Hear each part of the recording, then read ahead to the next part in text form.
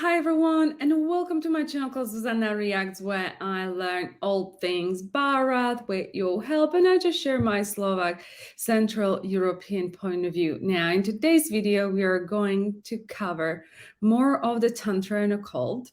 You wanted me to do all the series, so I'll start with, I presume this is the episode 1. But before we dive into that, please like this video and click on the subscribe button and turn on the notification. Thank you so much for your support. Right, so let's see what Rajarshi Nandy has to say about the Tantra and Occult. I originally only had Tantra connected actually with sex, and I think that's in one of the episode, and he talks about at the very start that the West this is how they're understanding Tantra. This was my understanding. I did not know that it was connected to the occult, which is a bit of a scary thought, to be honest. But I'm very curious how he's going to talk about it and explain it. So without further ado, let's kick this video off. To the Ranveer Show. Thank you so much.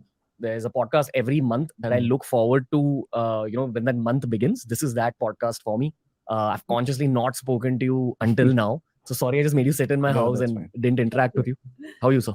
Oh, I'm wonderful. And today is a very auspicious day, specifically for, those who follow it. So today is considered as the day in which Bhairava, who's one of the primary forms of Lord Shiva, a fierce manifestation of Shiva, intimately connected to the propagation of the Tantra Shastras, he incarnated on this day. So people do worship Bhairava on this day.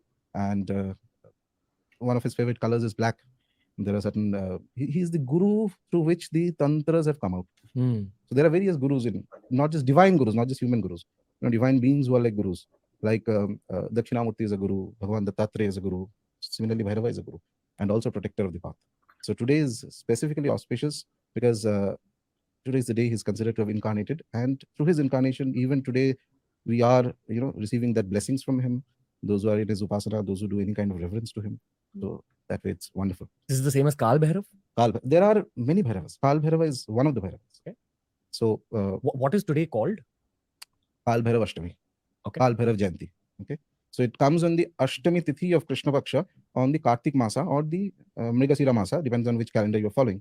So of the various Bhairavas, it is Kal Bhairav who's like the head of the Bhairavas. So it's like how would I put it? A chronology of emanations of Bhairavas that come out of him. So there are 52 different forms. From Kal Bhairava, there are 8 Ashta Bhairavas.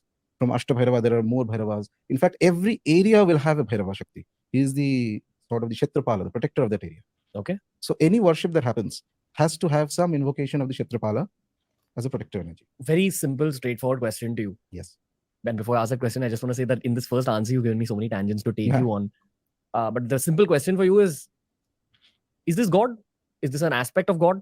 How is this different from God? So it depends on how you define the term God. So if you have we have the average understanding of the term God comes from a certain Western perspective, that there's one, one entity, super powerful, beyond everything, etc. So Bhairava in our culture, which is more where we worship multiple devatas, I prefer the term devata than the term God, because sometimes what happens is when you use Indian terms and translate them, some aspects are missed out. Yeah, like I think the West would call devatas, deities maybe? Sort of. And they look at this deity worship as paganism. Yes. And it's kind of almost a negative term. Right. So because it's looked down upon. Yes, because in their culture, so that is the religious culture that comes from that side, the Abrahamic cultures, paganism and worship of deities is looked down upon. But in our... Okay, so this is interesting because I saw in the previous episode someone in comments told me that deities is like archangels and like multiple different gods. And yes, in that sense, it would be looked down upon because you're not meant to worship manifestations of God, if you like, or like a different gods, because God says that you will not have any other gods but myself. So I think that might have been taken literally. I think where Hinduism, if I understood it correctly, and you correct me if I'm wrong, is that the deities are just manifestations of God. So they're not like different gods. It's just different qualities or whatever. So, but what we are being taught is just one God. So when I'm discussing those concepts with you, when I understand the word God, it's like the omnipresence, so I think that is that is accurate what they're saying. Our system, in fact, it is entirely different. Each of the deities, the devatas we call, each of them both can have a very localized manifestation for an upasaka, as well as can take on the role of Ishvara, which is that somebody who controls everything. So this dual aspect is there in certain forms, which we colloquially refer. For example, be it say Lord Shiva, okay, Ma Durga, or Lord Krishna. So you can be he may have a personal communion with you. At the same time, he's also the Ishvara aspect is there, or the Ishwari aspect, who's the controller of all universes beyond your imagination. So Bhairava also is that. He's a devata. He can be, he can take on the role in certain cases as a Kshetrapala when he projects a smaller energy from himself. At the same time, at the other end of the spectrum, he can be the supreme lord of everything. Is this a way of God showcasing his powers to make himself understandable for the local mind? That's one way of looking at it, yes. Or there is another way that this is how, so the way we traditionally look at it, this is what it is. So he can manifest at one point as the highest liberating agency. He's a divine force who brings about complete liberation from the Ashtapashas and the various things that make you human, take you into a more divine condition. At the same time, he may have his manifestation in a specific setting as a Kshetrapala. So the way we look at it is that this is the reality that comes to us through the experience of the rishis and the people who have formulated the path. Now, after that, how you want to rationalize that in your mind, whether you want to believe that there is one God and he's trying to show us that, okay, I'm down to earth also, as well as I'm transcendental, that's your rationalization. That's fine. There's no harm in this. You can have some other rationalization. But first is the reality of the thing, the reality of the manifestation. And this is where we are indebted to the rishis, because the rishis, the great beings who were there, not ordinary human beings at all, it is their upasana, their tapasya, which manifested, they understood the beings for the first time. How would you explain the term rishi to a Westerner? No, very difficult. Go for it. Go for it, sir. Rishi is the seer. He sees things which ordinary person cannot. And not just sees things, Rishi sees for, it's difficult to explain. It's very difficult to explain because he sees things for which have such kernel of truth in them for 5,000, 6,000 years. Even now, the mantras that he has seen is still working. By the name of the Rishi, there are Vedic mantras, just a little tangent I'm taking in, Sure. because Vedas are entirely from the vision of the Rishis. Okay, they are the mantra drashta. They have seen the mantras written down.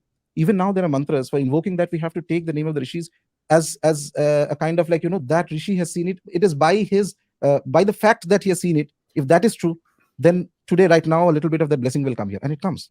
Okay, let me have an attempt at it, and then you please add in and interject wherever you feel.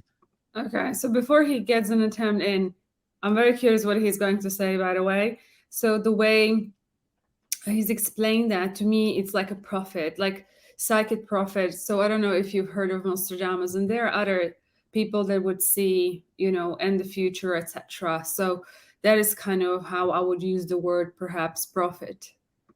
So God is all around us in the form of cosmic energy. Every culture in the world believes that God is omnipresent. Yes. Every culture that believes in Right.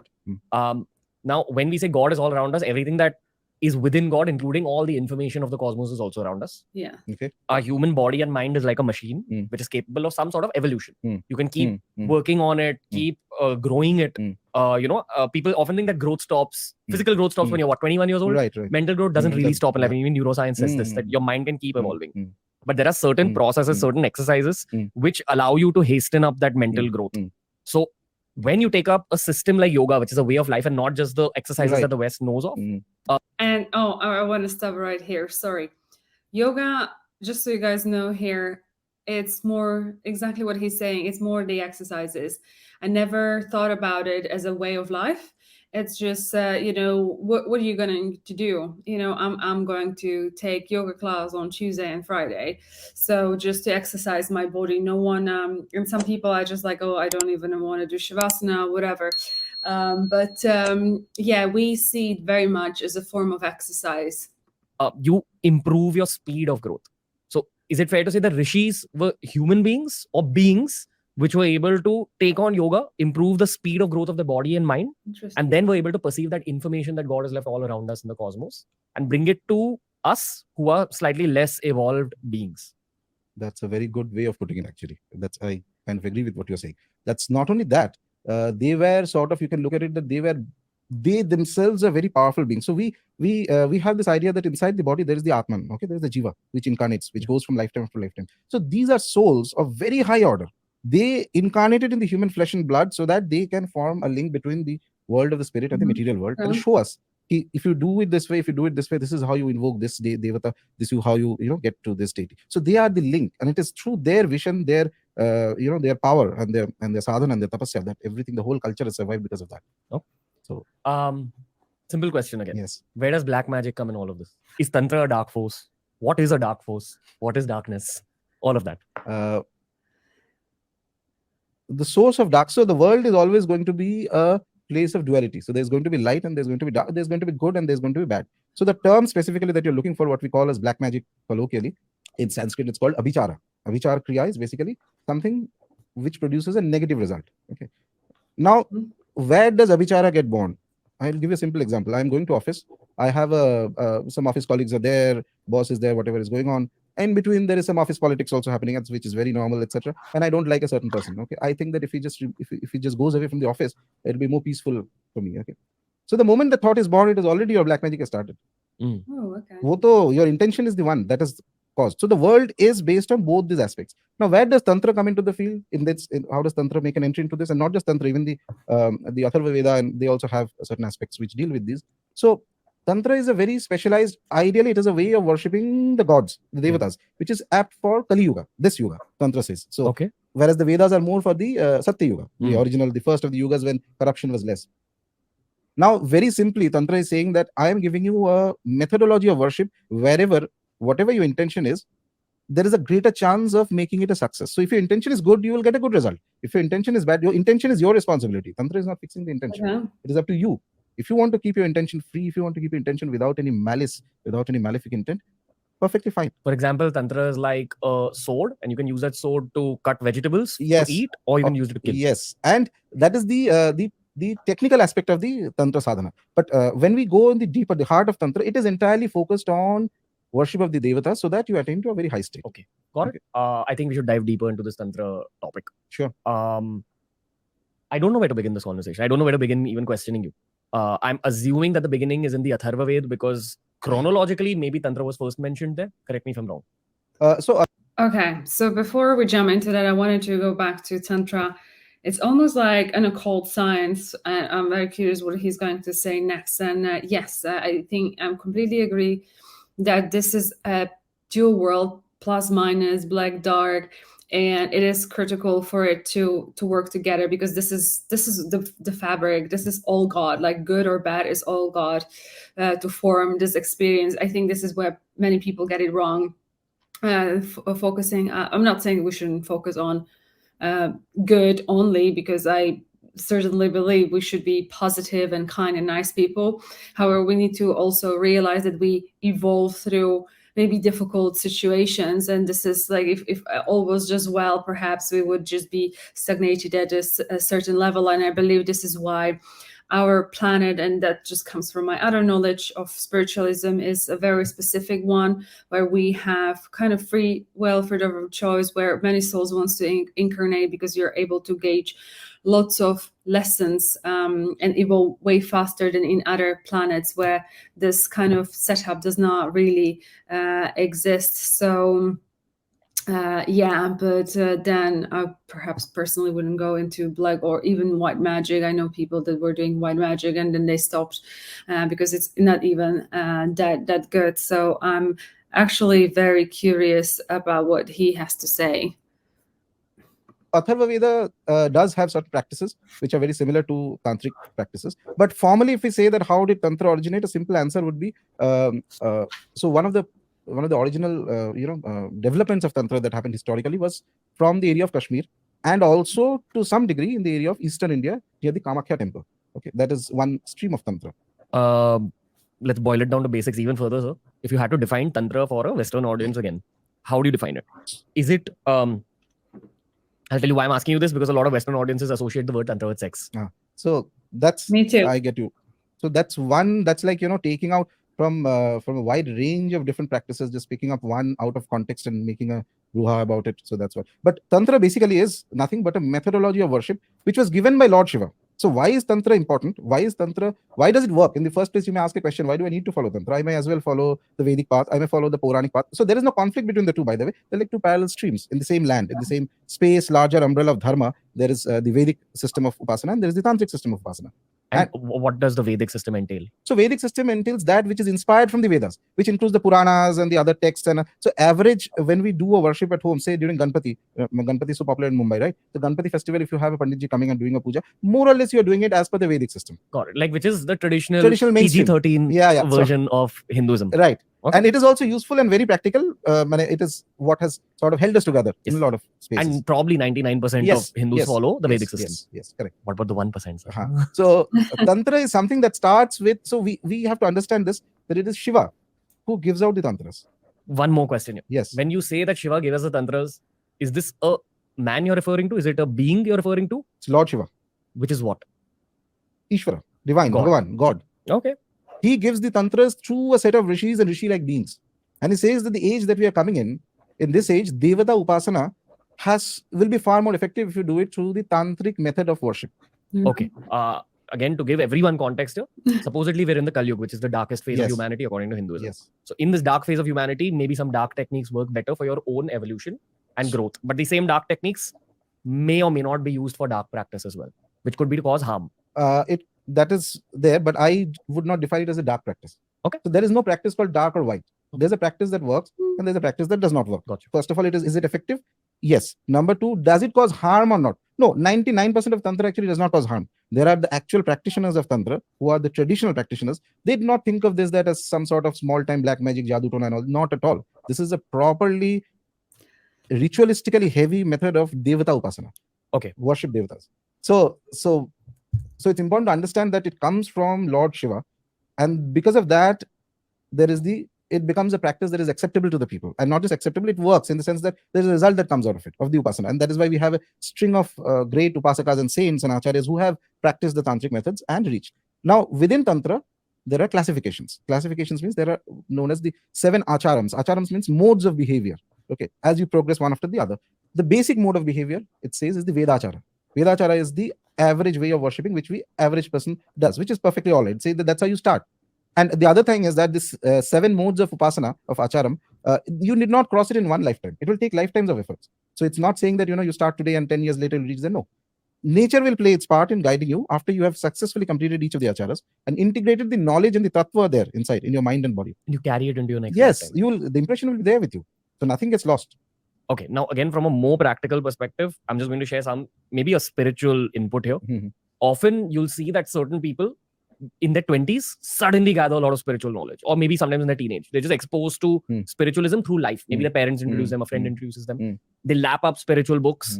And this is often a case of someone possibly carrying knowledge from their previous birth into this birth, and the knowledge is just getting revised.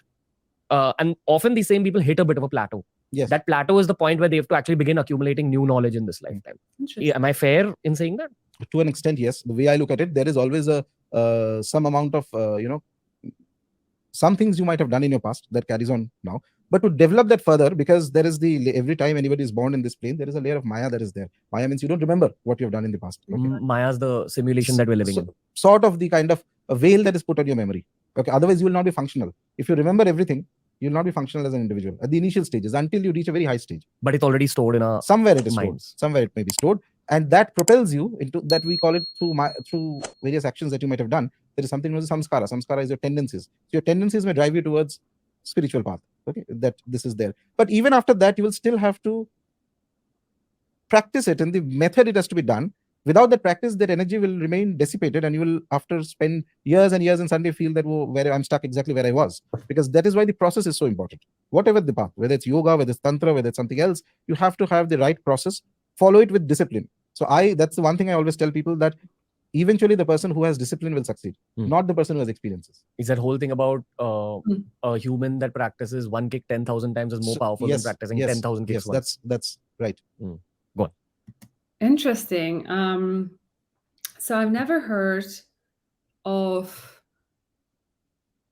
that we would carry knowledge. It's more of what I understand once we incarnate back is because we have chosen certain lessons to come, and everything, like he calls it Maya, or you call it Maya. The veil is put on because we need to learn the lessons, and everyone says, from what I understand, that this world is like a school, and there is not such a thing as a you can cheat. You will just, you have to take the classes, the lessons, and evolve. And there, obviously, you pass one lesson, you go to the next one, and to the next one, and to the next one. So it is certainly interesting that you would carry through a knowledge sometimes. I don't know, right? Like, for example, in my personal case, I would feel that I was always drawn to spirituality since I was really young kids. Like, I think for me, it started with understanding the subconscious mind, how it operates. I came across astrology, and all these kind of pathways then evolved me into personal development, self-help, psychology, deep spirituality. This is where he talks about black and white way. Well, in my understanding, there is such a thing as a black and white magic. White is meant to do good things, black is to harm, and there's a lot of black magic practitioners. I understand, like lots of in Africa, in Caribbean, that can put curses on you. So it's a very dangerous territory, and I'm not too sure why it even exists or how it has evolved, but I think for us here, because of paganism, you would have those practices. But I think when you practice this kind of heavy occult science, it just brings out also karma. I don't think it goes away. That just decide to put a curse or spell on someone, it will come back to you, if not in this lifetime, in the next lifetime. And there are people that can break those curses as well. So intention, and it's very interesting, I forgot to mention earlier where he talked about intention and how you're creating that. And I've recently spoken to my ex-colleague, a friend of mine, and we were discussing certain things, and she's basically said that she was in a really bad place, and then she was from Mexico, and her mom flew her back in, and she took her to like a person, that shaman or whatever, and he said that she had a curse, and he was trying to break it, and basically it was something with her previous job where she disliked her boss and vice versa. And I think that from what I understood from her, that it created like a bond between them, and not in a good way. So yes, a bad thoughts with bad intention can also, I believe, like create like those little quote unquote curses. So you got to be very careful about what you think and how you act, because that can also manifest, because we live in, I think that the spiritual world is actually more real than the 3D world, the Maya world that we live in. And the thoughts do actually manifest, and manifestation is actually not some woo-hoo concept, and it's pretty real. And either you're manifesting unconsciously or you're manifesting consciously.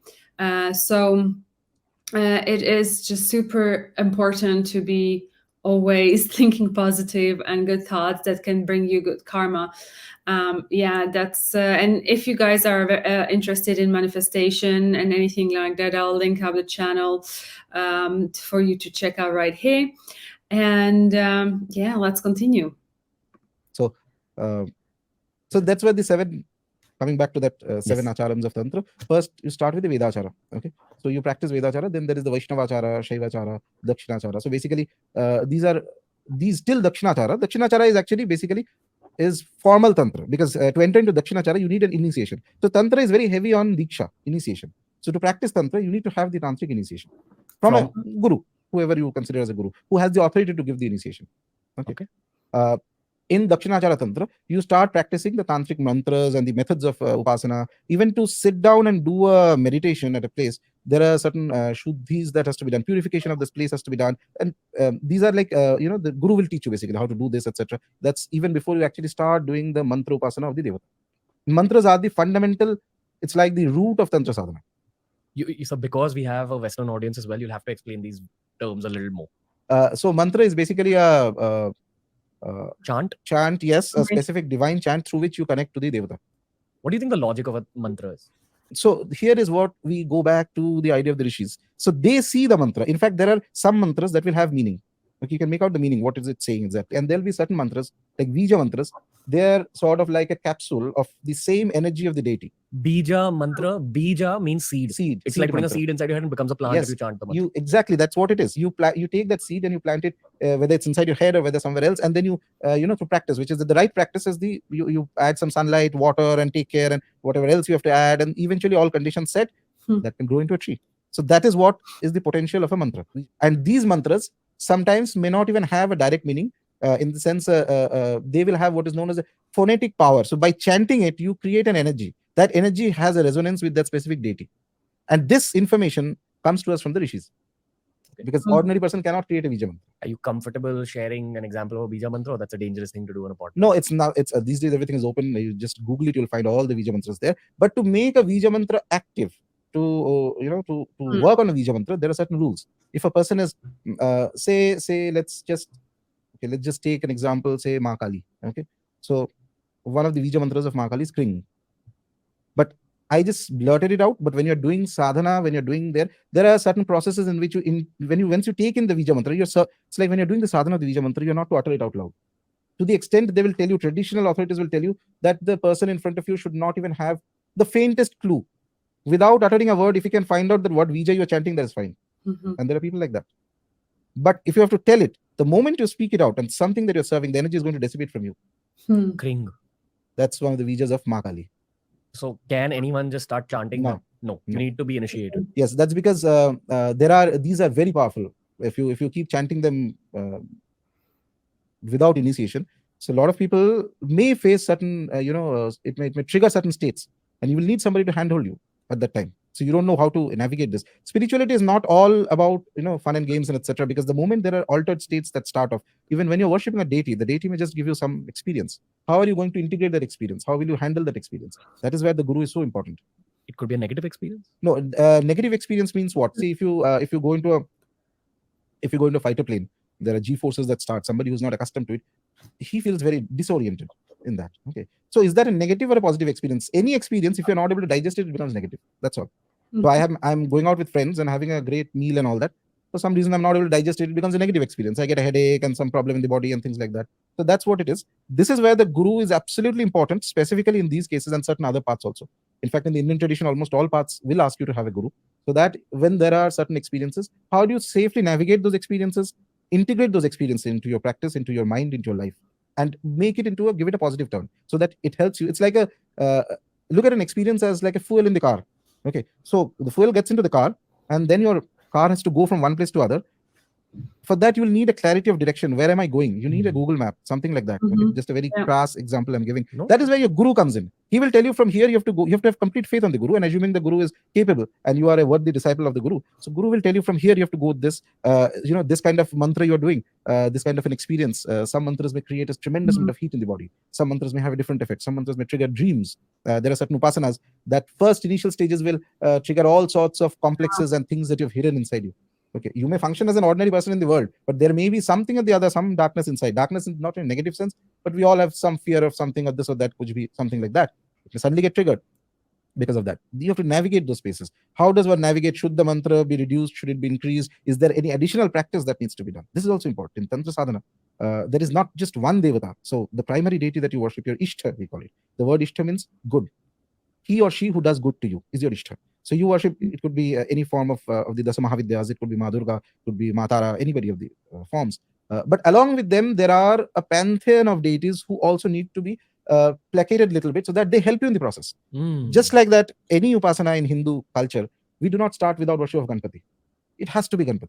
Be it Veda, be it Tantra, be it anything. First is Ganpati. You give him little bit also you do. You remember him, you pray to him so that he removes the obstacles in your path in the upasana that you do. And the funny part is that if you're doing Ganpati Upasana also, there also initially you start with Ganpati. Okay, I'll be worshipping you, but so that I can properly worship you, please remove any obstacals that may happen in the path. So he changes his form initially as the Vigna Harta, Vigna Karta, who removes the remover of the obstacle. And then in the center, he becomes Ishvara, Mahaganpati, who is the Lord of everything. So your conception of, he changes his energy according to your necessity, if you are sincere. Does Ganpati have a dark aspect as well? There are. Okay, so I'll just stop there because I wanted to mention, I really like how he was explaining things. I think it's so important to remember that we live in vibrational universe. And I don't know if you've seen a video going around on the internet of what could have looked like a monk trying to get a ball, or like on the thing that was hanging, moving with like a sound. And when he was like hitting the sound of like different megahertz, it wasn't moving, but when he matched the frequency, it was kind of working. So we all live in vibration. So whatever you attract to your life, you have to be a vibrational match to. And when you then chant those mantras, I believe what he's saying, that then you are able to, your frequency of your body, astral body changes, and you start attracting different things that can be quote unquote dangerous. And this is why you need a guide. So I'm sure you've heard of ayahuasca. And in ayahuasca, you would have a shaman that is guiding that experience, because many people have different experiences. Just as he mentioned, like there are certain things that you need to clear out of your experience, out of your body, for the proper experience to come in. And I completely agree with him. Nothing in this world is negative or positive. It's just the intention behind it. So because we live in a dual kind of reality. So I just kind of really wanted to emphasize that. There are aspects of Aghora Ganpati, but worship is very less in India. Why is it less? What is specific about that deity? So less means, first of all, again, I don't like personally, I don't use the word dark. Dark has a very westernized connotation. I mean, it's the limitations of the English language. I understand. I'm on the exact same frequency as you. Yes. But I don't know as a podcaster what other term to use. Right. So there's a fierce aspect of Ganpati also. Okay, there are multiple fierce aspects of Ganpati. From now on in this entire episode, let's use the word fierce. Yes, that makes more sense. Okay. Yeah, fierce, sort of ugra. We have the idea of Ganpati as the very nice and very beautiful and very, the chubby kind of, who's the helper of everybody. It's perfectly fine. That's what he is. But there are aspects of Ganpati which were worshipped by the Tantra Upasaks. See, Ganpati also makes an entry into Tantra full-fledged. All the devatas are there. As I had, just to link back, as I was mentioning, Tantra is fundamentally a method of upasana fit for this age. It is not necessarily that with Tantra you will worship only the goddess. You can worship Shiva, you can worship Ganpati, you can worship Vishnu, you can worship any of the deities. There are Tantras of all the deities. Okay, so it's a method of worship. So Ganpati has certain fierce aspects also. Aghora Ganpati worship simply cannot be done at home. It is not fit to be done by a householder. It has to be a sannyasi, kind of somebody who has left society, and it requires use of, as is there in the higher tantric acharas, which I did not complete the thought there. So after Dakshinachara, then there is the Vamachara. Vamachara is where all the controversy comes in. So Aghora Ganpati Upasana requires Vamachara. Same as another form is Uchishta Ganpati, which requires, there are more technicalities involved in the Upasana of Uchishta Ganpati. Then there is one form known as Hiramba Ganpati, who rides a lion, who is extremely potent for removing any sort of what is popularly known as black magic or Abhichara Kriya. Anybody does on anything, Hiramba Ganpati is to be invoked and worshipped, and he will negate all that. Say if someone does black magic on you, isn't like very deep bhakti or faith in God enough to clean it out? Then it can if you're a saint, but even then it's not a guarantee. So there are specific spells for lack of a better look word. at it this way: if you are a deep devotee of any devata and you are a bhakti marked individual, does that guarantee that you'll never have an accident, you'll never have a cough, cold, fever, anything? No. Any devotee of any deity, can he guarantee that he's never going to have single physical ailment in the body? And generally speaking, okay, just like that. And it need not be somebody doing anything. I'm coming down the stairs, my friend is there, I'm rushing, I slip and fall.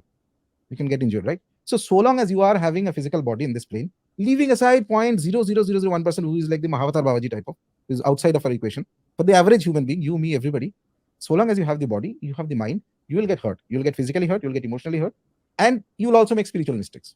There is not a single person in the world who has not made a spiritual mistake. It's not possible. When we read the biographies, we have the very nice, sanitized idea of the saints. They're great saints. I respect all of them. But they all went through some struggle or the other, which is normal. The moment you are born here, you'll have to pass through the friction. That's there. Given that, can you get hurt by black magic? Yes, you can get hurt. Can you get hurt by Abhichara Kriya? Yes. If the person who is doing it has more accumulated Shakti than you. Shakti is the important term here. Bhakti can lead you to Shakti, but it is not a guarantee. In order, because ordinary people's Bhakti, Gyan, Bhakti is faith, Shakti is force, power. It's like saying, I mean, again, I'm giving a Harry Potter analogy. Your spell would be the mantra. Yes. Your Shakti would just be your power level, and your Bhakti would be your belief. And sort of. This is one mage versus another. Right. One way of putting it. Are you a mage, sir? I don't know how to answer that, but that's one way of putting it. Yeah, sort of. If you want to look at it that way, yeah. Again, because we're catering to No, a lot I get of it, I get it. international Okay. audiences. Hmm. Oh, okay.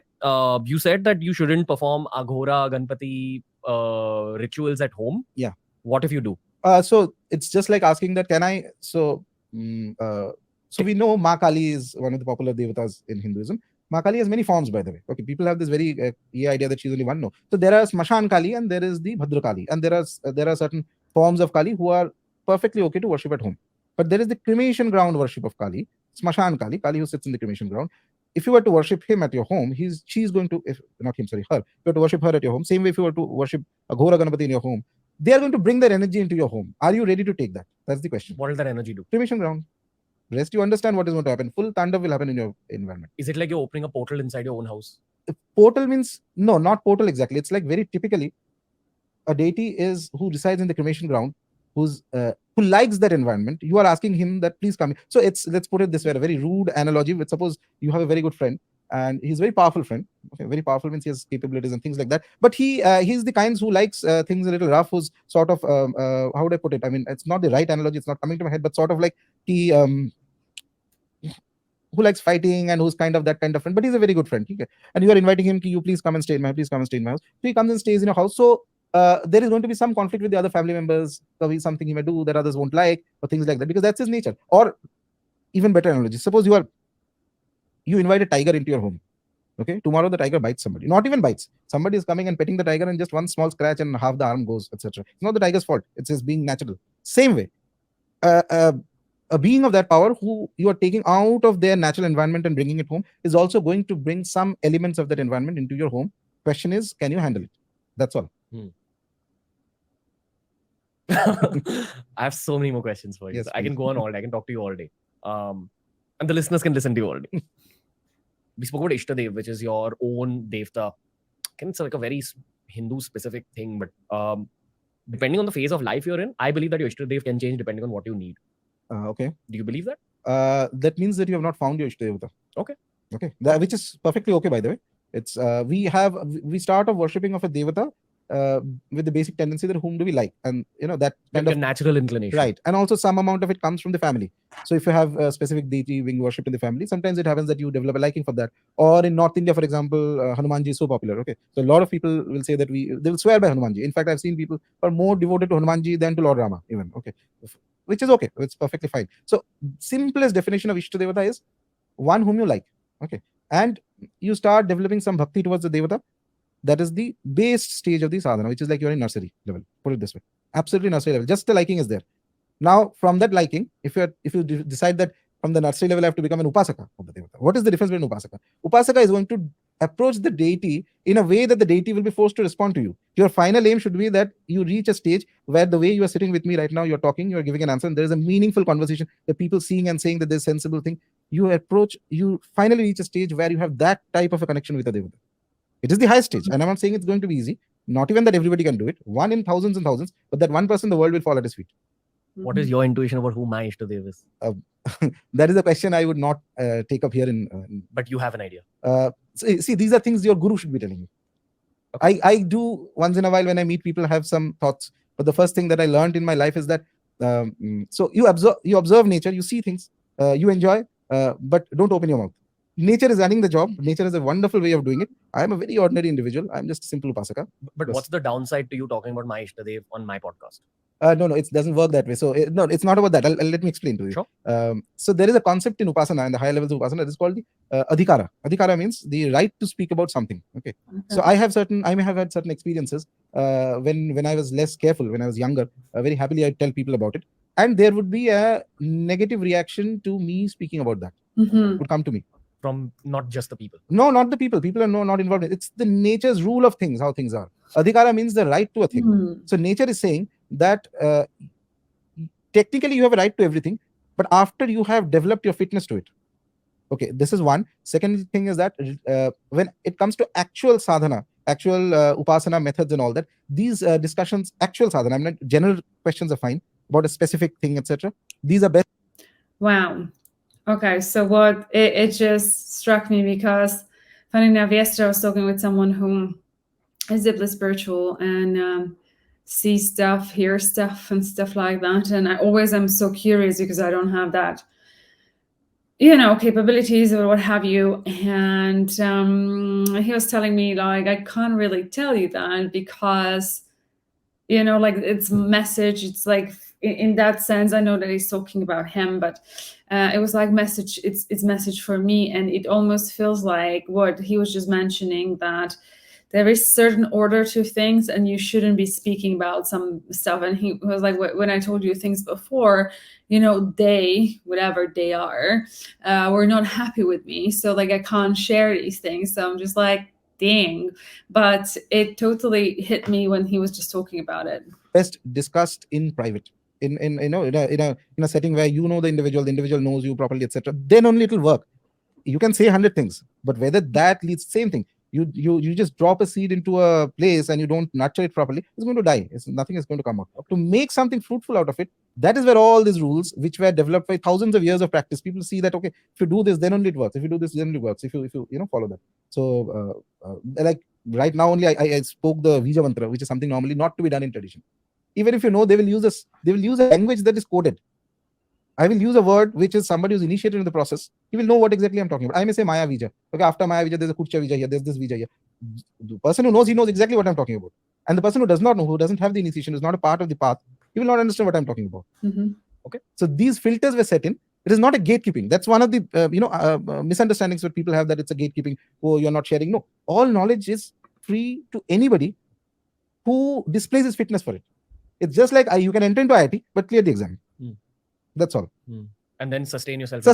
You show that you have the capability. Yeah, if you want to do good in arts, you show that, okay, you have the tendency and the capability for it. So perfectly all right. All the doors will open for you. Okay. I'll give you a story. I don't know if I've spoken about this on the podcast or not, but I'm very comfortable sharing this because I think the listeners know my entire life by this point, at least the regular listeners. So I have a very strong memory in terms of, I can remember a lot of stuff from my childhood. Like from junior KG onwards, it's very clear in my head. But my earliest memory in life is this one photo of Krishna in my house. Okay. And I remember when I was a kid, I used to look at the photo and I used to feel like it was just looking at me and the face would smile. And I have this as a very clear memory. I remember the different lightings, the different times of the day. I remember seeing it many, many, many times. That's my earliest memory. My next memory is in a movie theater, which was apparently, my parents tell me it was when I was 3.5 years old. Okay. Movie theater memory. So I asked my mom this probably in my 20s. I told her that I remember this Krishna painting thing when I was a kid, and I used to feel like it used to smile at me. And she was looking at me like I'm crazy. So I said, why are you looking at me like that?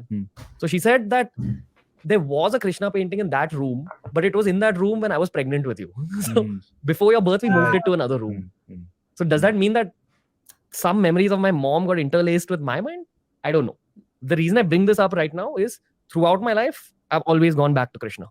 Though I've had the presence of different deities in my life, and I have the presence of Mata right now a lot. I don't know why. Maybe it's because of this podcast today. But I have a lot of presence of different deities, but it's always been Krishna. I go back to Krishna.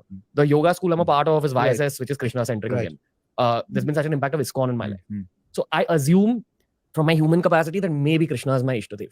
Possible. Why not? I mean, if what you are describing is exactly how things happen, that's very good chance that there definitely is some past life link. Whether Krishna is, the other thing is that whether Krishna is finally the deity who is going to lead you to the higher states of evolution of spirituality, etc., cannot be said. But the fact that you already have a memory of Krishna and that there is some how do I put it, some link between you that you feel inside, that's good enough to start Upasana of Krishna if you are interested or follow the path of. And there are higher, more fierce forms of Krishna as well. No, there are Krishna, the way I have I had done an Upasana of Krishna. I've done Upasana of many deities. Ishtadevata may one, but there are, in fact, it's very interesting when you showed me Mataras, because just before coming to Mumbai, I finished Anushthan of Matara. Just like for the people who are viewing this podcast on YouTube, there's a Matara statue like right in front of us, which we kept on the table purposely for this episode. So so that was very interesting because sometimes this is what we call in sadhana as nimittas. Nimittas means basically if your connection to the devata is working properly through the Anushthan, so they will keep small signs, they will keep sending. It's like, okay, I'm there, I'm looking at you. Okay, this is at the initial stages, and then there are many more things that happen, okay, in the Anubhava. But yeah, Krishna is there are in the way I look at it, and this is, let me clarify that this is entirely my perspective. So I'm not saying that this is what the scriptures are saying entirely or not, because I'm not a Vaishnava. I am a Shakta. But I revere Krishna very much. I have had experiences of Krishna. Same, reverse for me. I think I'm a Krishna bhakt, but I'm so drawn towards Shakta right now. Yeah. Great for the podcast. Great for the podcast. Yeah. Go on, sir. So I was in Mumbai at that time, and I had a set of experiences, very strange experiences means okay, let me explain anyway. That's been a few years now, so I can speak about it. So I had at that time I had a guru like figure, and then later on I figured that okay, this perhaps not the right person for me. I've been through all sorts fantastic gurus I've seen, and then the people whom I thought were good but later found out they're not so good. So I had no qualms about leaving and moving on. So that anyway, so after that I remember I did a 40-day anusthana of Bhagavati Ma Durga. What is that? Anusthana is basically a more concentrated form of upasana. You take a sankalpa. Okay, sankalpa means a promise. Okay, traditionally it's a promise to Ma Durga. Okay, 40 days I am going to do your worship in this manner.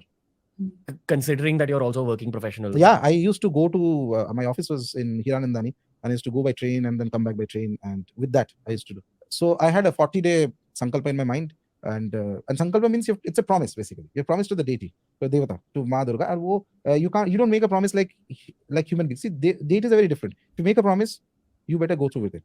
Okay. And if you don't? Oh, then the trouble will fall on you. Like what? Various kinds. I mean, depends on where exactly you are in the sadhana. If you're at the initial stages, still little bit less amount of, troubles you will pass off. But if you're at a higher stage and you make a promise, either you don't make a promise, or if you make a promise, you go through with it. They are sticklers of truth. The deities. Like 100%, not human beings. Human beings with my friends, okay, let's meet up somewhere, etc. Then right after that, I call him and couldn't come, I was busy or things like that. It's perfectly fine. Deities, it doesn't work that way at the high level. Whatever you say, whatever is your intent, it's to be very clear. And if you have certain doubts, then and never ever try to be smarter than that you are. Okay, in front of a devata, it doesn't work because the deity sees not just you, it sees where are you coming from, what were you in your past life, how many lifetimes have you crossed, what have you done, and the current momentum, where exactly are you heading. They see everything. Okay. Because it's got the power of God. It is God. Ishvara. It is God. Deity is God.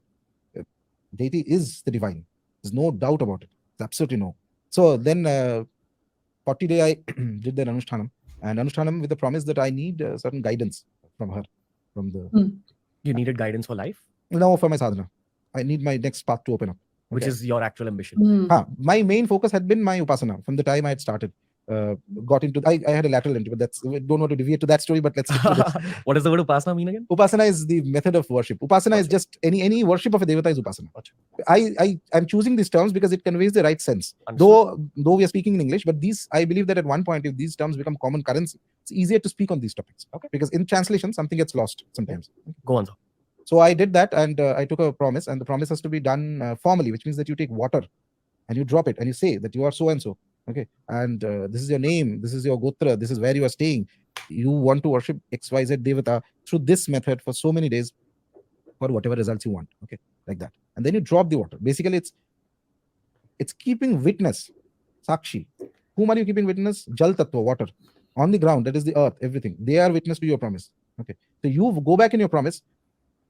These two tattvas are going to react to you, and not just that, the deity himself or herself will react with you. Okay, so they are like, and the other thing that happens is, they test you once you make a promise. So if you don't do a anushtan like that, you just normally worship, it's one thing. Once you do an anushtanam, then what happens is the deity is also going to test you.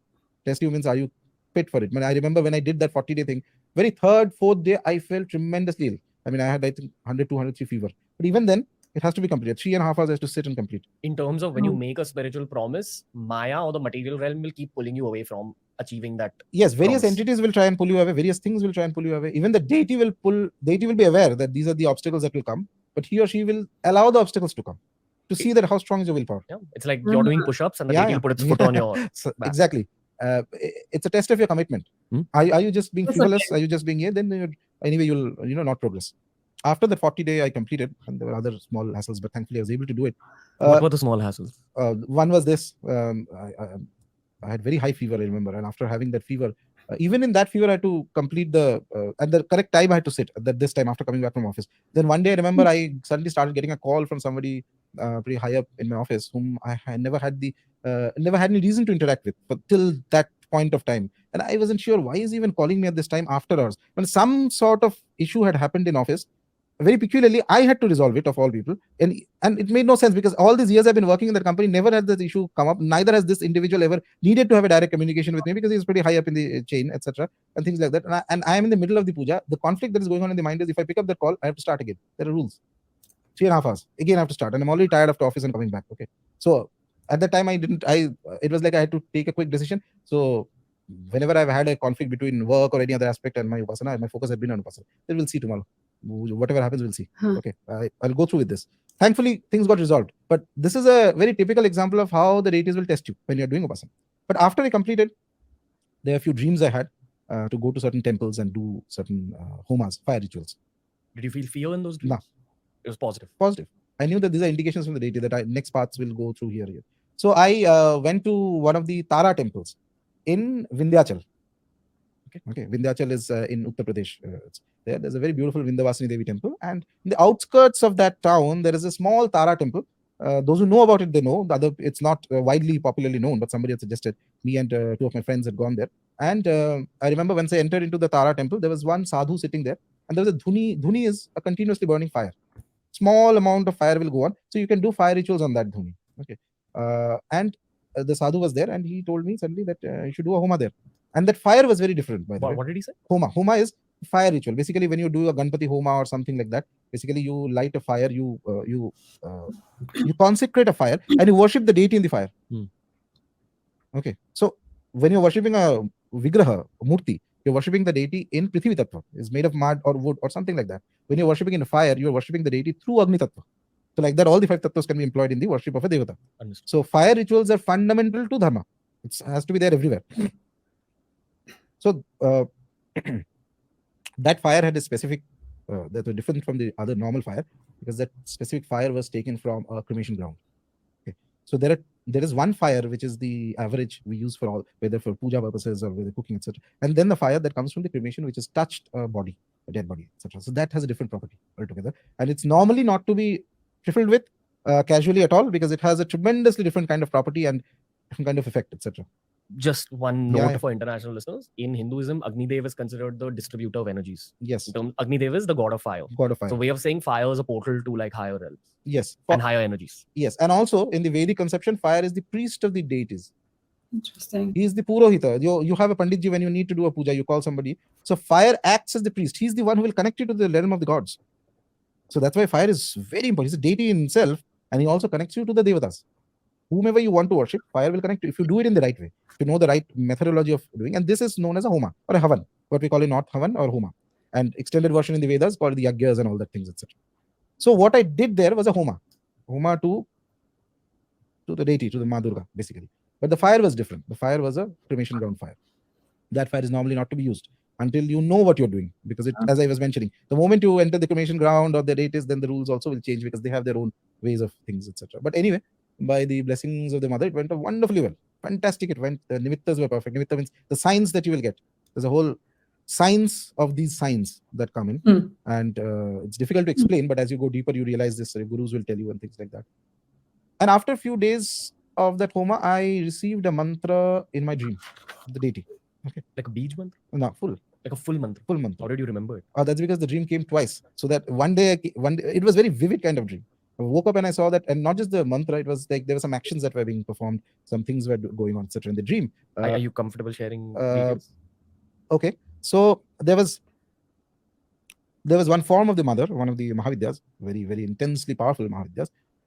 I saw her taking me to a pond, and there were 2 ponds actually.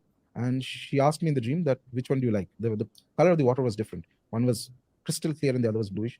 And I pointed to one of them. I'll not say which one, because those who know these things, they will understand what I'm saying. Those who do not know these things, they will have one understanding of what I'm saying. So after that, she kind of dips me in that water in the dream. And then there's a mantra that is told, and then it's told that you start doing that. But after the dream happened, it was very vivid. I woke up and I refused to do it, because I know that specific form of Mahavidya is intense. Okay, and Mahavidya Upasana should not be done just like that, without a proper guidance from somebody, or things like that, etc. So I resisted. I said no. And then my tendency in these things is not to act as the believer, to be a skeptic. If a dream comes, okay, let's hold on, wait, let's see. If there's something meant to be done, then some action meant to be performed, nature is going to show you more signs. One dream could be your own mind playing tricks with you. All the time it happens. We want to believe that we are very good. So tomorrow I'm dreaming of all the hundreds of deities that are coming. I mean, nothing.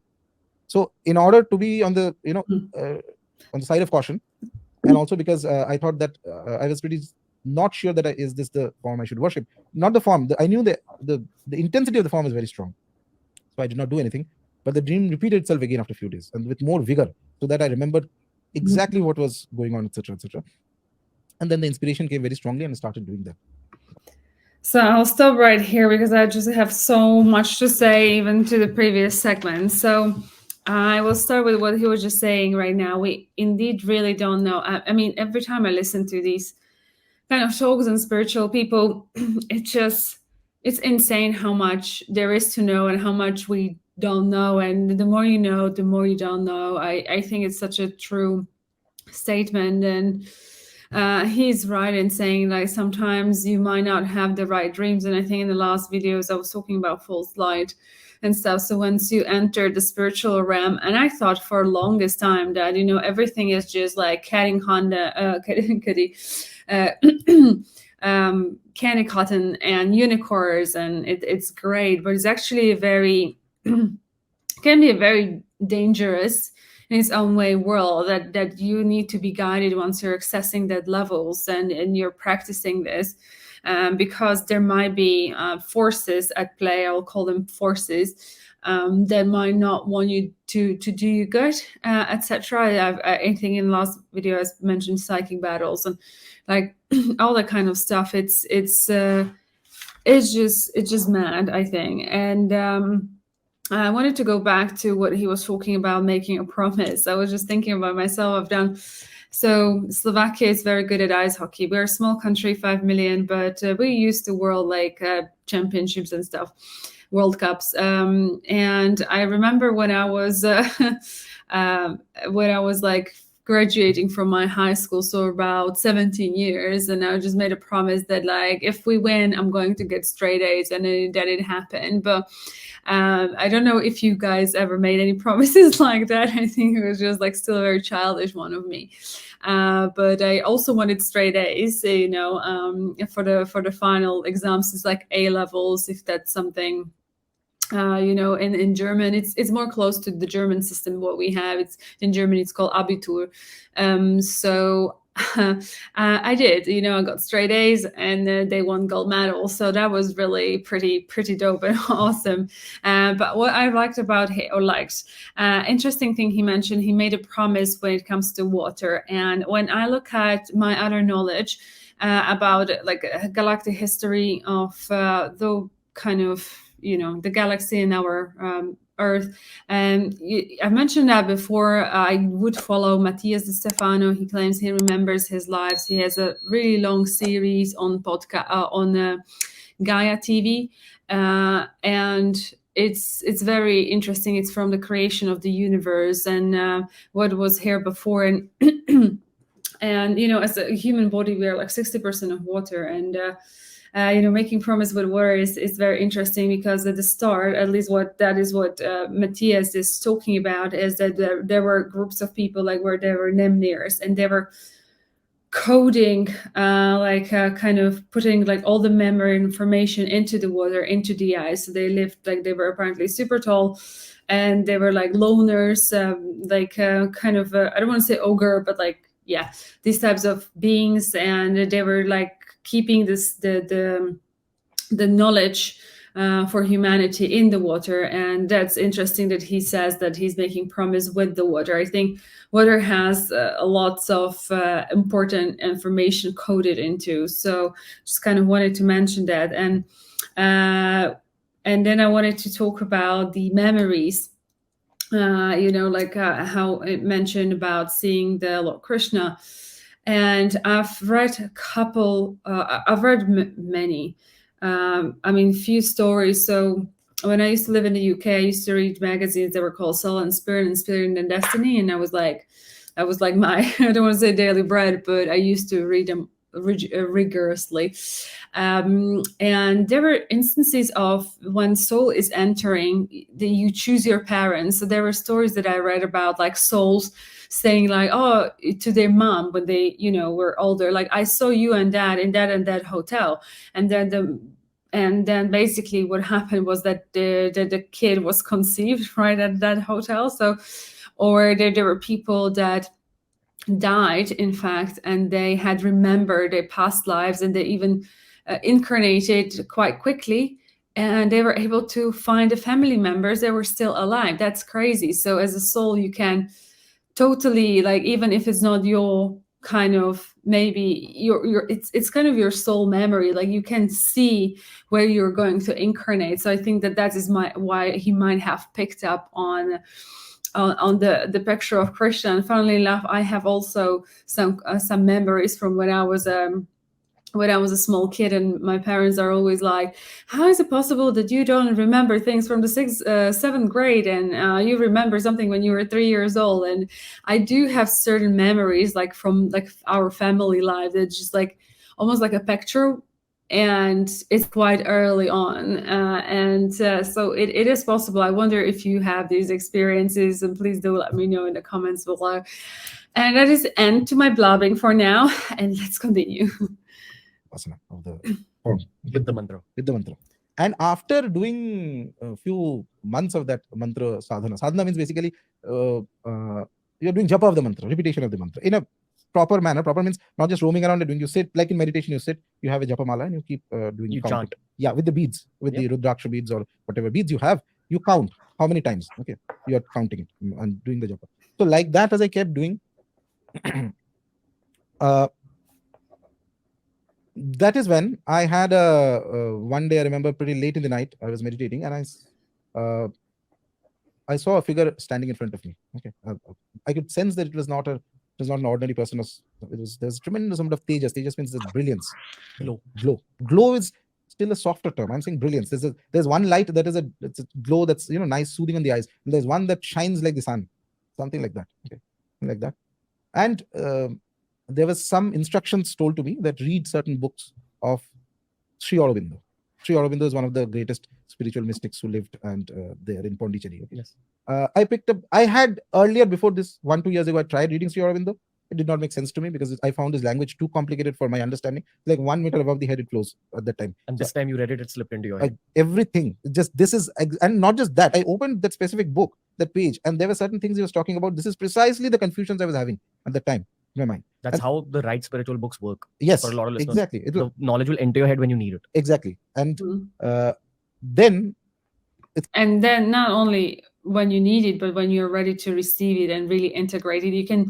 You may know that knowledge, but you are not able to integrate it fully within you. And there's just like one thing, one point someone says, or you see something, and then it just hits you like a ton of bricks, and you're like, now I get it. So after some time, some more experiences happened, but that I'm not comfortable sharing. But eventually what I realized is that an experience of Krishna started happening actually after that, which was very strange. And I wondered, why is Krishna coming from anywhere at all? Because I'm not even worshipping Krishna. I am something else I'm doing.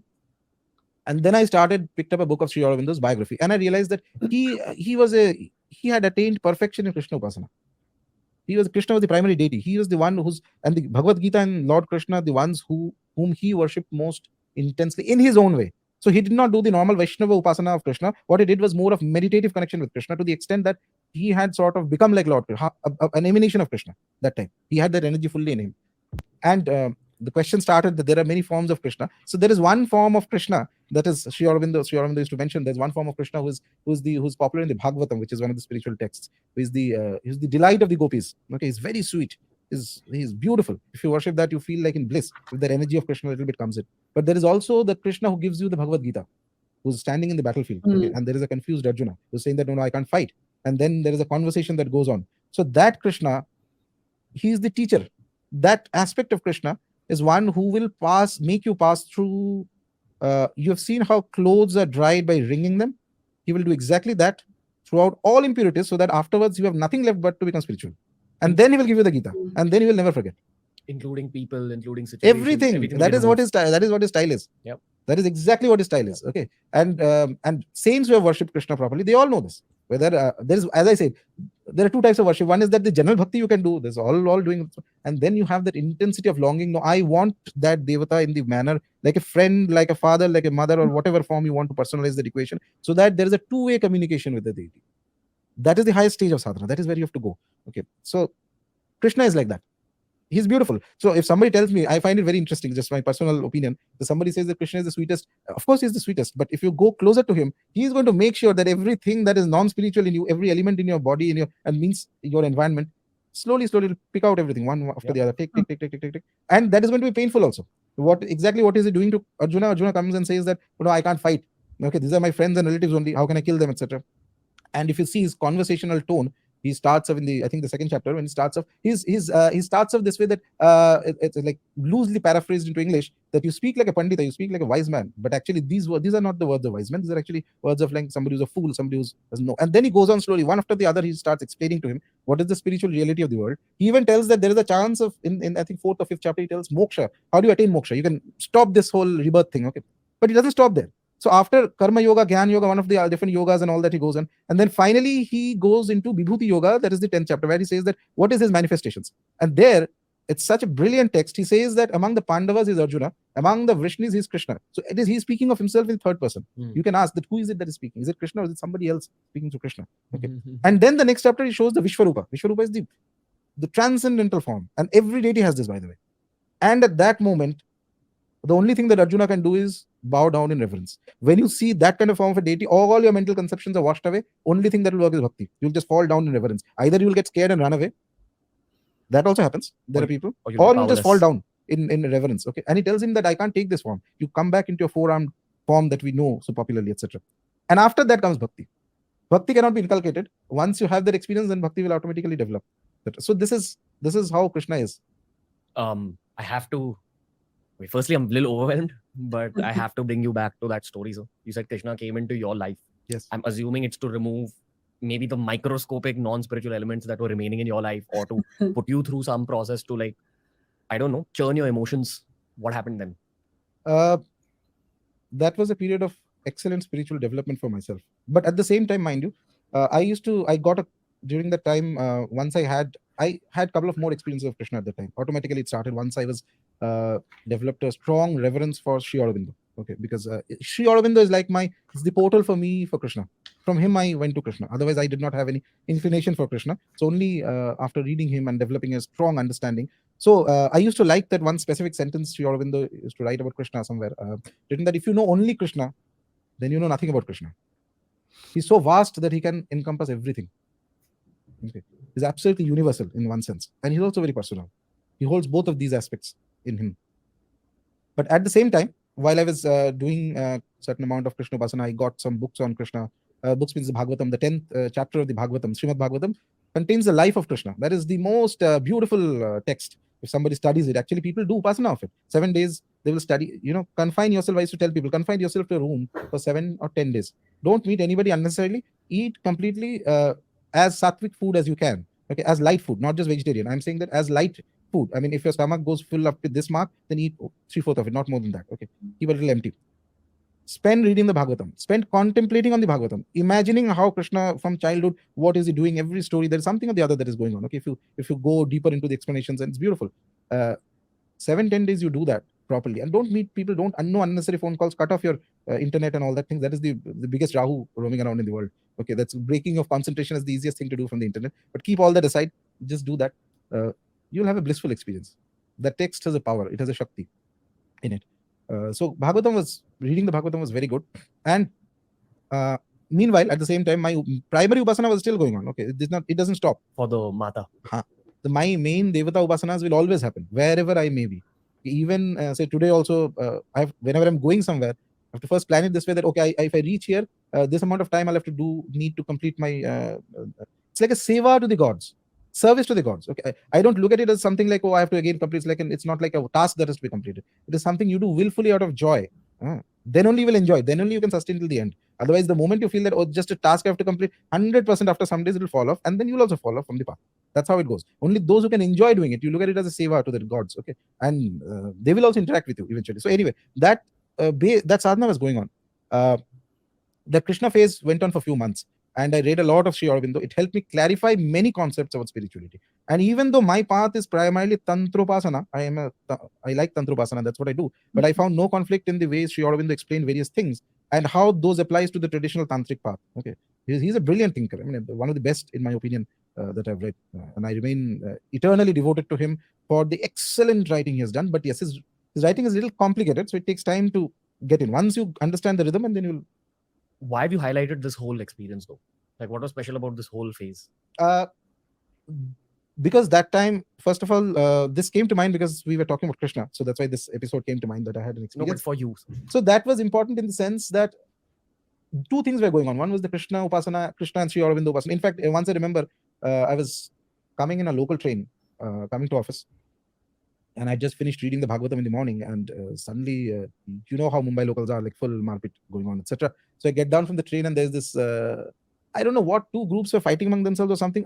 My mind was in a different state at that time. So I was going to office, but I was not fully aware that what is happening, okay, around me, etc. And I just somehow stepped into that fighting zone. And both the sides didn't know who I was with. So both of them started beating me. Okay. So the funny part is, and just like that, okay, it was everybody was beating everybody. And then that's the few blows came in, and then my mind was back into the normal. Oh, where am I? Okay, what exactly is this? And this happened outside of the Vikhroli station, I remember, because I used to get down there from my office sometimes. And right after that, suddenly they realized that who's this guy? Okay, where so they left me, and they kept doing whatever they were doing. Right after that, this guy comes, another guy, some random guy comes in. He opens a packet of sweets and says, "Sir, this is Prasad from Krishna, Lord Krishna." Okay, and he puts one into my mouth. Okay, just like that. This was I mean, if you look at it rationally, it makes no sense. But for me, because I had just I was in that kind of a state. So you have to immerse yourself into the Devata you're worshipping. And that time, my mind was completely into Krishna, completely into, okay, what is the stories of the Bhagavatam, every description, various other things, the Mantrubhasana and whatever else was going on, etc. So that when he said that's from Krishna, that was like a shock. It's like a tongue. And then I felt very funny, because this is precisely how he works actually when he decides to take somebody to the highest realms. So he will kind of cut out all the weed around you and things like that. What he thinks, he's not going to give you what you want, by the way. Well, that is impossible, that you sort of give up. That if he gives you that, then you are perhaps at the very lower stage of the Upasana. After that, because human beings have this tendency that we love to hang on to our flaws. Otherwise, we would have self-progressed without the need of any Devata. We love to hang on to our flaws. So that is when he does the Kurukshetra on you. And after doing the Kurukshetra, then the Gita will come to you. And then you will be in a must state. Cleansing. That is what Krishna does. So that phase, many other things also started, by the way. I started going more frequently to Kamakhya, which is a place where I do a lot of Upasana. And in a way, Ma Kamakhya is my Ishtadevi. I have no qualms in saying that. She's the one who's helped me, and not just helped me, her Upasana is what I do. So I went 9 times to Kamakhya. In fact, I used to spend a lot of time in Kamakhya temple, which is a hardcore tantric temple, not even a Shakti temple, it's a tantric temple. There are many Devi temples in India, but Kamakhya is hardcore Tantropasaka Marg temple. The only reason I'm not going to ask you questions about Kamakhya is because it's a whole other episode. So, but I remember in Kamakhya one day at 1:30 at night, and those days the crowds were lesser. Nowadays it keeps increasing year after year in Kamakhya temple. And I was sitting and I was actually reading the Gita, because that time my Krishna experiences were also happening. So in my mind there was never a conflict. You can't do it this way, you can't, this is a tantric temple, nothing of that sort. If your mind is clear and if your paddhati is clear, that is also important. That's another aspect of it. Anyway, so I was doing that also in Kamakhya. It was there. Many changes happened that time. Many changes within, because of the mantra sadhanas of the deity which triggered all this. See, how does this happen? Because I took a sankalpa. Why? The reason now that you mentioned, so I took a sankalpa for a Devata Upasana. The deity took me to a particular temple. I did a homa there. Then there was a mantra that comes in. I keep chanting that mantra. That mantra takes me to Krishna. Krishna is not my Ishta Devata, but I must have worshipped Krishna in some lifetime. If you have worshipped somebody in some lifetime, as you progress, they'll all come back once in a while. Okay, it's not going to go away that easily. So that experience was meant for me to happen, and that clarified my views on various things on Upasana. That helped me understand, because Krishna is also not just love. He is the greatest Jnani. Okay, it is his blessing that made Sri Aurobindo it is my opinion that Sri Aurobindo became one of the greatest spiritual minds that we have come across by virtue of the blessings of Lord Krishna. Okay? He was like that. So Krishna is not only about love, that is there, that aspect is there, but he's also the one who gives the Gita. So he's the Jagat Guru, or the Guru of the universe. Okay, so he can clarify things, and very strangely, just as another tangent that comes in, as I keep speaking, these things come into the head. That's the nature of the show. Tantra sadhana texts will tell you, there's a very interesting line I was reading a couple of months ago. There's, I think it's from the Brihadila Tantra, which is about Matara. And it says that it says in the Kali Yuga, it's all about the Devi worship and various things, etc. And Lord Shiva obviously comes in wherever there is a goddess there because he's there. But it says in Kali Yuga, the deity who has full control apart from the Mahavidya Devatas is also Krishna.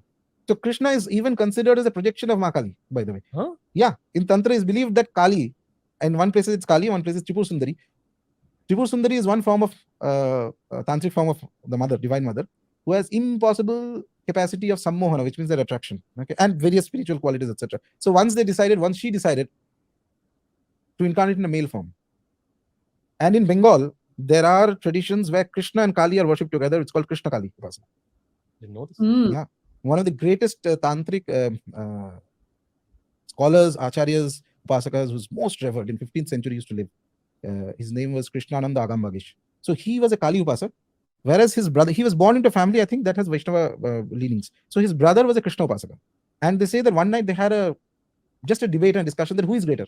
Kali is greater or Krishna is greater? And throughout the night they said, okay, I'll show you that what is the power of my Ishtadevata. He said, what is the power of my Ishtadevi, etc. And that's the sort of the legend, the story that comes in to us. More than 24 hours they sat and did japa of their deities, etc. And then simultaneously they had a vision of Krishna and Kali. It's like they're non-different. Okay. When he's male, he's Krishna. The moment he turns into female, he becomes Kali. Okay. It's one paddhati of upasana. Now, I'm not saying all Vaishnavas have to start looking at, should not be misinterpreted in that sense. But yes, there is a traditional way of upasana like this. And you'd be amazed that, for example, since Matara's Vigraha is here, one of the greatest Tara Siddhas was Vamakapa. He was an Aghori. Aghori means one who lives in the cremation ground. He was a Mahasiddha. He was a great Upasaka. He was ultimate, to the power ultimate. One of his gurus, main gurus, was known as Vrajavasi Kailashpati. Vrajavasi, why? Because his name was not known. He had come from Vraj, which is Vrindavan. He'd come from Vrindavan to Tarapet, which is a cremation ground, to give initiation and training to Vamakapa when he was young. And he used to wear a Tulsi Mala. Tulsi Mala is something Vaishnavas wear. And he used to stay in the cremation ground. And Vamakapa used to say that all his disciples were all the spirits in the cremation ground. Whenever he used to enter the cremation ground, the spirits would stand. But interesting thing is, he used to wear a Vaishnava Mala. He would not wear a Rudraksha, he did not think. So he was a person who was doing some Krishna Upasana somewhere. And he was an extraordinary genius. Nothing more is known about him. Because one day he just vanished. And nothing after that, nobody got to know where he came from, what is his real name, etc. They called him Vrajvasi because in those olden times, suppose you are from one particular place, they'll just add the name of the place to that person. So it's easier to recognize. Okay, Vrajvasi means he's come from Vraj. Vraj is where Krishna, that's the Vaishnava, hardcore Vaishnava place. Okay. So it is diverse. These are diverse paths. But somewhere links are also there. Those who are capable. There's 100 more podcasts to do with you. I think you're one of those people where I, as a podcaster, have to dig out the information. But also as a podcaster, I feel I go on my own journey of evolution over the course of this podcast. And it's so strange that we're meeting today. You know, like how you said at the start of this episode, that it's Kal Bhairav Jayanti. Do you know another interesting thing? So Lord Krishna was born on Ashtami Tithi. Right? Yeah.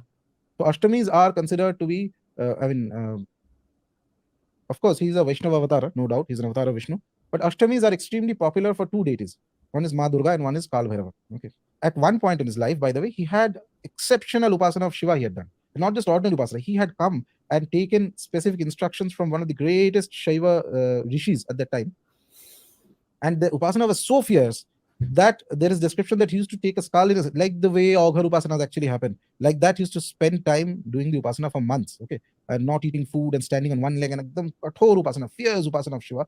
And then he had a vision of Shiva and Parvati, and they blessed him with various things, undying fame, etc., innumerable things. Okay,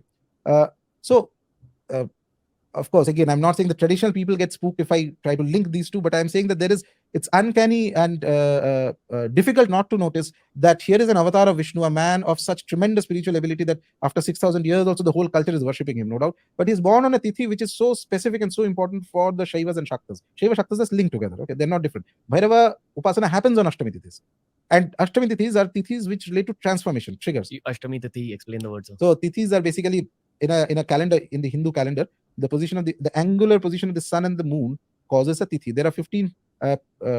So waning phase and the waxing phase of the moon determine the tithis. There are 30 tithis in a month.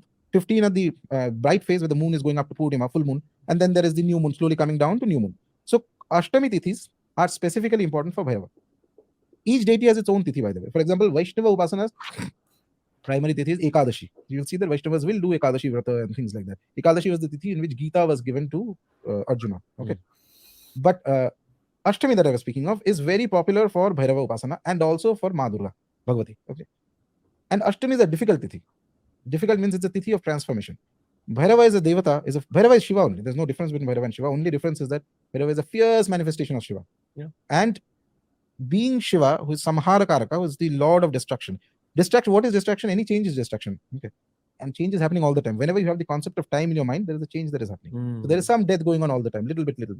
For good. Because if you don't change, then you'll never progress in the first place. Death of thoughts. Death of thoughts, emotions, everything. Yeah. Not just death of people everything. around you. That is the dramatic death we understand. That's one aspect. But even the smallest changes. When you were a kid, you had a certain liking for this clothes, this TV show, that TV show, changes. Everything changes. That is death. Death of thoughts, death of personality, death of everything that is happening. He governs this whole phenomenon of change. Shiva as the god of destruction actually means this. Exactly. He is the one who causes change, both at the minute level for you as well as the cosmic level, when the universe has to change. Okay.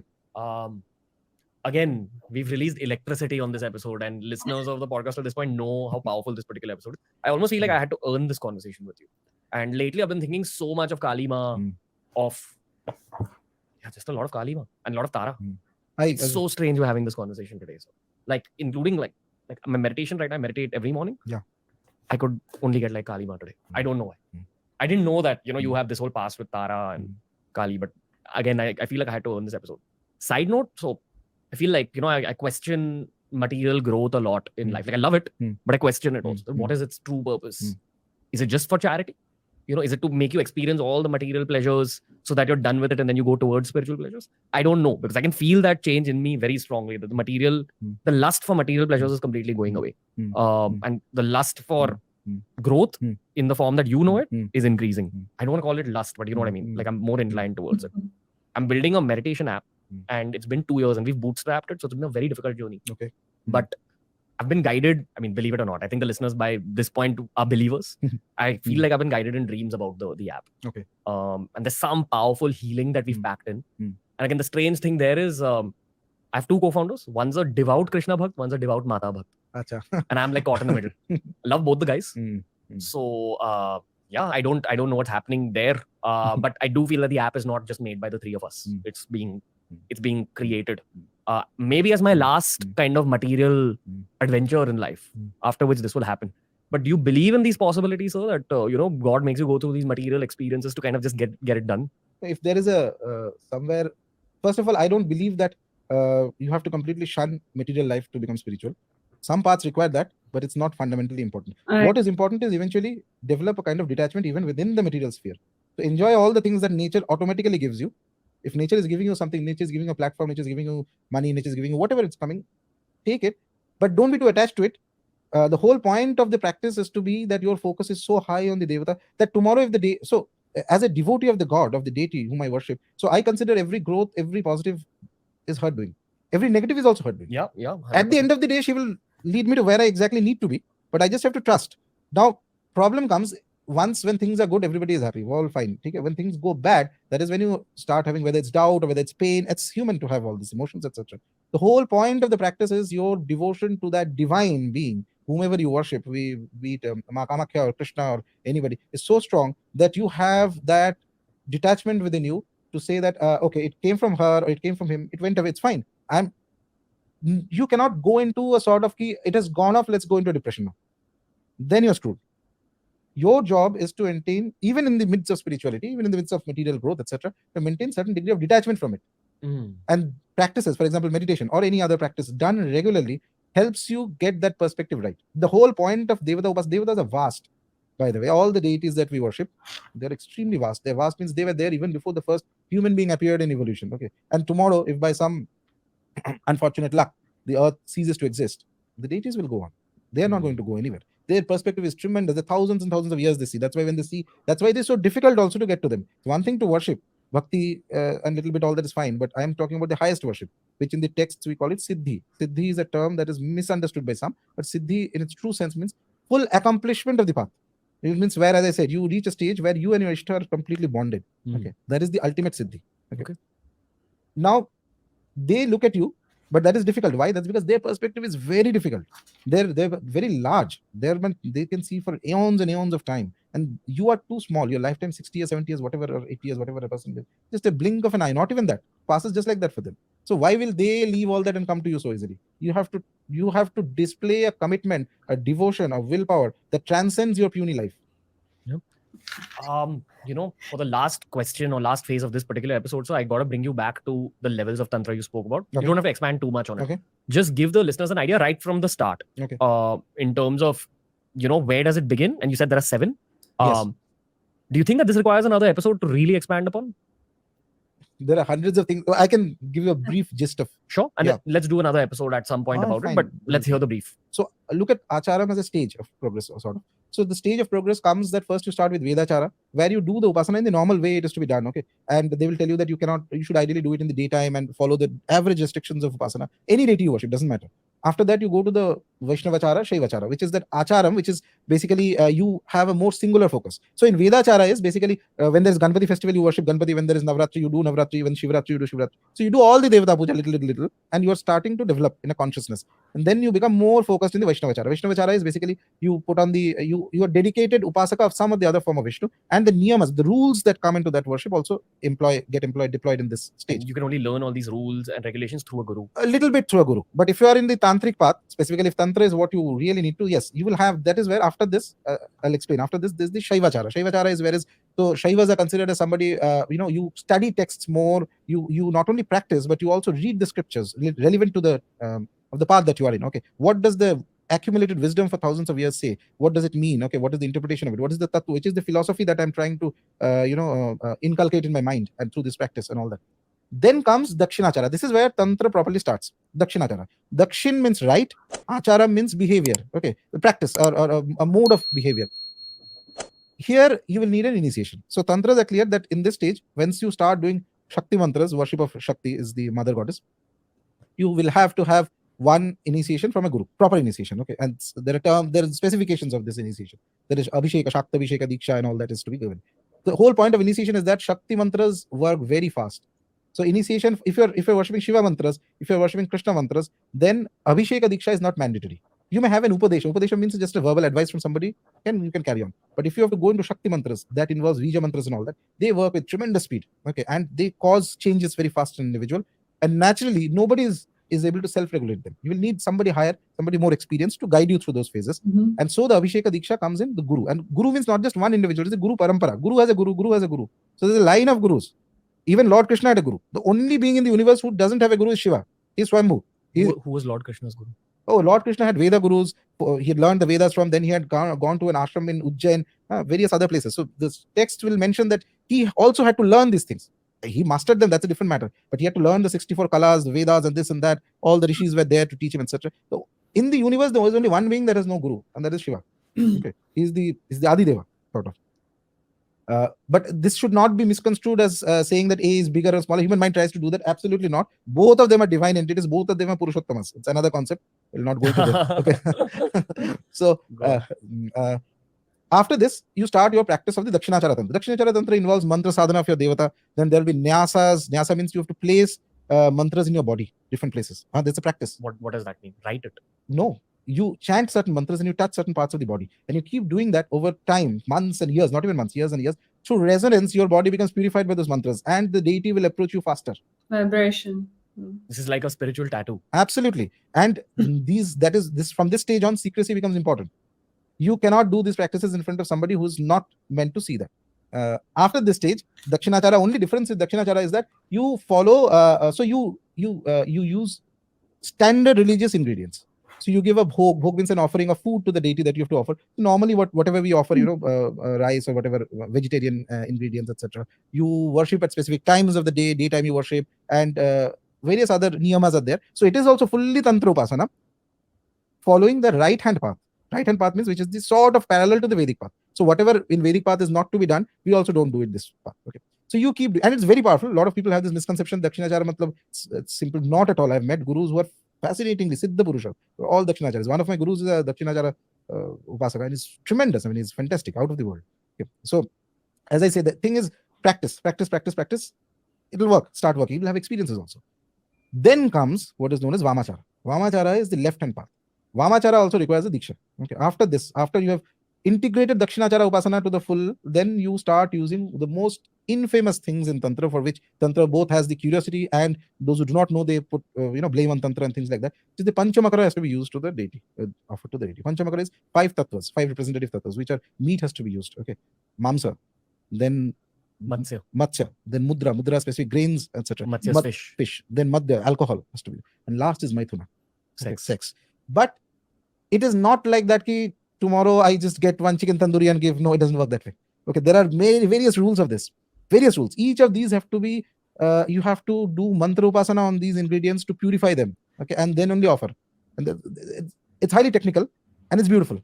If you do it this way, and you have to know which deity you are giving it to. So you cannot do Shiva upasana this way, by the way. You cannot do Krishna upasana this way. But you can do the Dasamahavidya upasana this way if you have the initiation. If the Guru has given you the permission, then you can do all this, and it is a lightning speed path. I mean, those who have a negative connotation of Tantra based on these are generally people who are outsiders of the field. That's my perception. And if it's a lightning speed path, it can backfire. Yes, well. That is why there are so many stages. You are not to enter into it in day one. In fact, Lord Shiva says in the Kularnabha Tantra, he says that the Vamachara, or also known as the Kolachara, he says that the Kolachara is the greatest of the acharas. Okay. But if an unfit individual enters into it, not only the Shakti will leave him, but he will fall into a state worse than he had started. And I've seen so many cases like that. People fail because of arrogance as well? Because arrogance, failure due to arrogance is common to all paths. Any path, even Dakshinachara also will give you a lot of power. It's not that Vamachara gives you specific power, but certain deities, upasana works very well if it is done in the Vamachara Paddhati. Paddhati means a method of worship. So the failure happens mainly in technicalities. And the fitness of it. Whether are you fit for that upasana? Not everybody. See, the reason, first of all, we have so many paths, so many deities, because different people have different tendencies. So somebody who is not fit for this upasana, but he sees something and he feels that something esoteric is happening, I just have to enter into it. He's going to doesn't have the self-control for that. He will fall. It's not meant to have, it's not meant for somebody who's not prepared. So there's no gatekeeping here. I'm not saying that you cannot do. I'm saying that you can do if you prepare yourself. And that preparation is not about one day's time. When we're talking about lightning speed again, sir, the end goal is nirvana, moksha? Here, there is another very interesting, huge topic. This is end goal. So end goal, nirvana is there. Okay. But there are other texts which tell you that there's something called samavesha, which is the deity entering into you. Suppose you're worshipping Lord Krishna and tomorrow you reach a stage. I'm just saying because say you're a Krishna devotee. You reach a stage where Krishna enters into your body and stays inside your body all the time. So are you Ranveer or are you Krishna? That is the ultimate state of the upasana. So in Tantra Upasana also, we are trying to reach moksha and all that is there. That's possible. But we reach a state where, as I was saying, the deity has to be one with you to that extent that you are not you anymore. And there's a beautiful statement that comes in the Kamakhya Tantra where Parvati, Bhairavi and Bhairavi are speaking. They give the tantras in the conversational format. They're asking that, what about the Shada Darshana, 6 philosophies of Hindu Dharma, which is the main fundamental Vedanta, yoga, that 6 of them are there. So what do you think of that? Which is the best one? And Shiva is saying that I created the 6 philosophies so that they can keep arguing among themselves. You keep doing sadhana. You reach the state which is beyond the mind. And then you see for yourself what is the reality. What is there. Okay. So not to denigrate the darshanas, they are also beautiful in their own domain and wonderful thing. But Tantra Marga is Upasana Marga. You cannot become a Tantra Upasaka by reading books. You cannot become a Tantra Upasaka by hearing from somebody. You have to sit and you have to do. You have to sit and you have to do like this. For an absolute noob, where do you begin? Is there a book? Interest. You have to have a genuine interest. If you have a genuine interest and you seriously want to worship the Tantric Devatas means those Devatas have to be approached finally in the Tantric path. So what you can do is that, suppose somebody is a Upasaka of Kali, okay, likes Ma Kali. There are 2 ways in which you can approach Ma Kali. One is the formal way is Tantra Sadhana way, where you take an initiation, you learn how to do the worship and all that. And the other is that, say there is a fitness for Kali Upasana in you can chant the names of Kali. So the names of a Devata, be it Lord Krishna, be it Shiva, be it Kali, be it Ganpati, be it anybody, be it Matara, Ashtottara Nama. Ashtottara means 108 special names. Nobody needs any permission to chant those. You don't need a guru's advice also. But you have to see whether it's a fitness is there. What I mean by that is somebody who's extremely soft-natured, very soft-natured individual. You give him the Ashtottara Nama of a Mahavidya like Chinnamasta, which is an Ugra Prachanda Chandi, which is extremely fierce. In 10 days only he'll get scared. The experiences that will start. So that fitness judgment has to be basically there. That am I fit? Is that there, that strength inside you in your heart to worship that deity? Yeah. That's common sense. I'm not even saying anything complicated. If that is there, if you are, say you want to learn Tantra Upasana, first of all, don't be in a hurry. Trust nature. Okay. If you hurry, you will fall. That's absolutely guaranteed. So if you are a devotee of Ma Kali or Ma Tara even, So pick out any simple stotra or simple Ashtottara Nama, which is the 108 names of the deity. And these days, because of the age of the internet, everything is available. You just have to do a Google. That's all. And with devotion, without being creative. Without being creative means, I know people, little bit of Tantra here and there, they read and they start tomorrow, they'll bring one bottle of alcohol and start. No, absolutely not. Simple way. In the Vedachara way you worship, which means that you give a normal vegetarian bhog, naivedyam to the goddess, naivedyam in something or food offering, some little bit of water, you sit down, put one agarbatti, put one diya, and you start chanting the 108 names. Keep doing that. Don't be in a hurry. 6 months, 6 years, 60 years. If she wants it in one day, you will progress. She'll send the right person, right connection, right base. Right situation. Right situation. Right everything. podcast. Right apps. Yes. No, I strongly believe that you don't make money out of these things. Yes. I feel that I would like to believe that this is sort of the beginning of the age of light, as I was told by BK Shivani on the show. Okay. The world is changing. Mm. We're seeing it all around us. Mm. And that's why we're seeing this resurgence of spiritualism. That's why podcasts like this are taking off so much. Yes. And I want to thank you for giving us one of the episodes of the year, sir. I don't know what we're doing, but I know that neither you nor me decided to make Just this a naturally, possibility. Yes. So again, first of many conversations, I am just accepting this information into my life, sir. Yeah. Bow down to you. Yes, Thank you for all the knowledge and lots more to ask you. Thank you. Wow. So that was quite an episode. I mean, I must say that I didn't understand a couple of things, especially I think I don't know, upasana he explained later, but there were many other words that he had used. I wasn't too sure, although I believe that I've gotten a gist of it. But man, wow. Like, you know what it made me feel like? I just want to pack my bags and move to India and just study all of this. Although I'm not... What I'm struggling with personally is the deity part, and obviously he names and worships different forms of God. I guess maybe that's the way to put it. But that is the kind of part, I guess, the way I am translating it to myself, and maybe you can help me here, is that the deities are the way I would understand spirituality. You have spirit guides, there's elementals, there's also levels. So I believe that perhaps this is what the deities and different kind of manifestations are looking like. Angels, archangels, there is like a order as well in the universe, wherever, and maybe that is just like the translation into Hindu and like different forms of Christianity, like worship.